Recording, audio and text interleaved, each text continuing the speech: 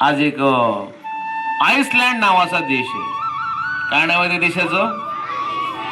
त्या देशामधली एक घटना सांगणार तुम्हाला मी, एक गोष्ट सांगणार तुम्हाला एका शेतकऱ्याची. त्या ठिकाणी एक शेतकरी होता आणि आइसलँड या देशामध्ये नेहमी वादळ येतात. काय येतात?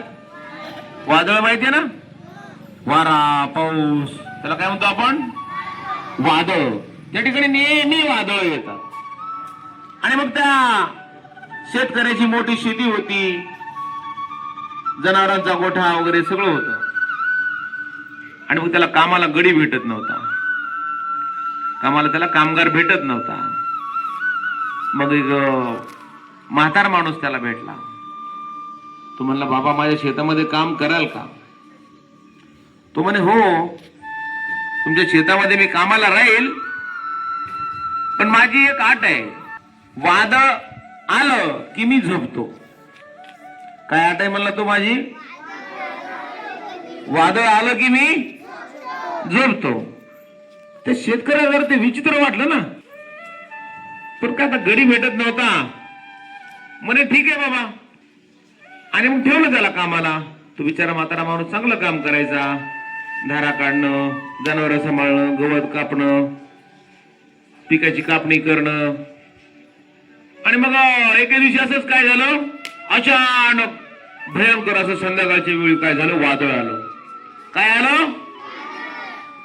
वादळ आल्यानंतर हा शेतकरी उठला आणि पळत आपल्या मळ्याकडे शेताकडे गेला. पाहतो तर काय, कामाला ठेवलेला गडी तो बिंदास्त झोपलेला. झोपल्यानंतर येणं त्याचा दरवाजा वाजवला आणि म्हणला, बाबा उठा,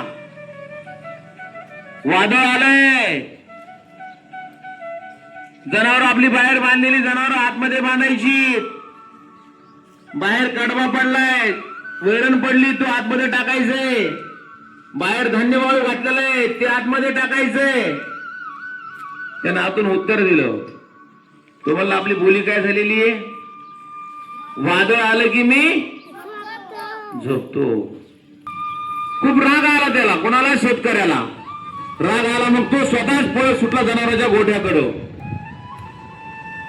तिथे गेल्यानंतर बघतोय तर सगळी जनावरं त्याने गोठ्याच्या आतमध्ये बांधलेली.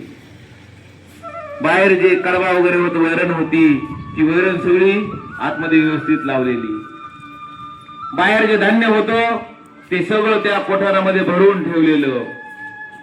आणि हा बिंदास्त झोपलेला. ते पाहिल्यानंतर त्या शेतकऱ्याला कळालं, त्या वाक्याचा अर्थ त्याला कळाला की वादळ आल्यानंतर आम्ही झोपतो म्हणजे काय. काय बोध घ्यायचं रे कथेतून? हा सांग, अभ्यास सांग. हा राईट. काय म्हणला? काम करून झोपतो. ती झोप सुखाची असते. काम शिल्लक पडलेले आणि आपण झोपतो म्हणजे ती झोप कामाची. बरोबर आहे की नाही? तहान लागल्यानंतर वीर खाण्यामध्ये काय अर्थ आहे का रे? एकदम परीक्षा जवळ आली आणि परीक्षा जवळ आल्यानंतर अभ्यास करायचा. उद्या परीक्षा आहे, आज रात्रभर जागत बसायचं. याच्यामध्ये काही अर्थ आहे का? वादळ आल्यानंतर आम्ही झोपतो म्हणजे आम्ही अगोदर आमची कामं वेळेच्या वेळी आम्ही आमची सगळी कामं करून घेतो. आमचे इंदोरीकर बाबा खूप सुंदर सांगतात.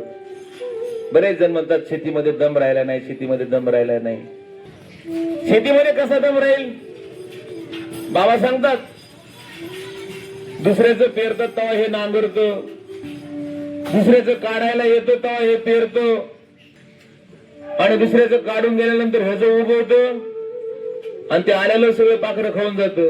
आणि पुन्हा काय म्हणतो? शेतीत दम राहिला नाही.